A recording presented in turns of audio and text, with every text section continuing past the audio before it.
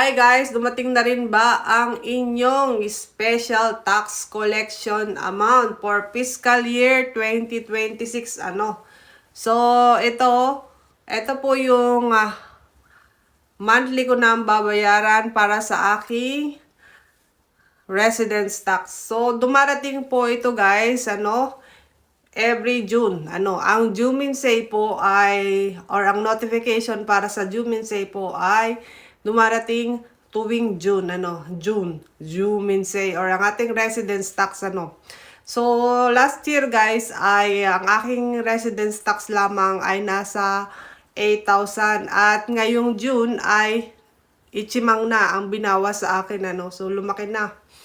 At mula naman na July ay magiging 9.3 na siya, and then the rest magiging 9.3 na siya. So, next year hindi ko alam kung magkano na, So, malaki na ang tax kong binabayaran. Sa residence tax pa lang yan guys, isang lapad na. O ay paano pa yung income tax, at iba pang mga national insurance, wala pa dyan ang pension, wala pa dyan ang health insurance, at iba pang mga insurance, So, yan pa lang guys, ang ating binabayaran ay isang lapad na. Pero, guys, napakahalaga na tayo ay updated sa ating Juminsay, lalo na ngayon, at mahigpit na ang Japanese pagdating sa collection ng taxes para sa foreigners, At dito na rin nagbabase ang Japan sa ating pagiging or sa ating residence status, Dito na sila nagbabase kung tayo ay maayos na nagbabayad. So, paalaala lang sa mga hindi updated, kumbaga patigil-tigil or nag-i-skip, kailangan ay dire-diretso ang inyong pagbabayad.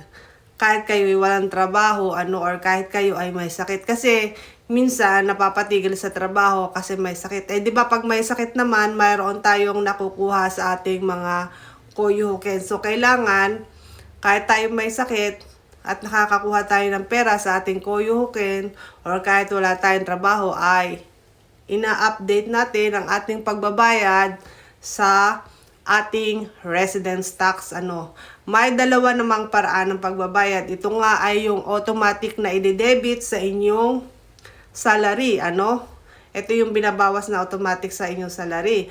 Pangalawa naman guys, kung kayo nga ay halimbawa may sakit, walang trabaho, or napatigil sa trabaho, basta, or kayo ay business owner na, or kayo ay freelancer na, basta iba't iba, etc. O kayo ay hindi na nga empleyado. So, pwede naman ninyong bayaran yan sa convenience store or sa mga bangko, na accredited na pwedeng magbayad ng mga residence tax. So, napaka-importante na nagbabayad tayo ng residence tax tayong mga long-term visa na at mga permanent visa. So, yung mga hindi pa naman permanent ay hindi pa naman sila compulsory na nagbabayad ng residence tax, So, ito ay para sa mga long-term at mga permanent residents na dito, o yung mga matagal nang naninirahan dito sa Japan. So, kailangan tayo ay magbayad ng ating residence tax dahil ito po ay mandatory. So, sabi ko nga sa inyo, dahil nga ang government ngayon ay mahigpit na sa mga collection ng taxes, ay kailangan updated tayo, or kung hindi man tayo updated ay pinipilit nating bayaran, late man ang pagbabayad, late payments man, ay at least ay pinipilit nating bayaran ang ating residence tax. Napakahalaga po nito para mapanatili ang ating visa and status dito sa Japan. So, yun lang po. Sana po dumating na ang inyong notification.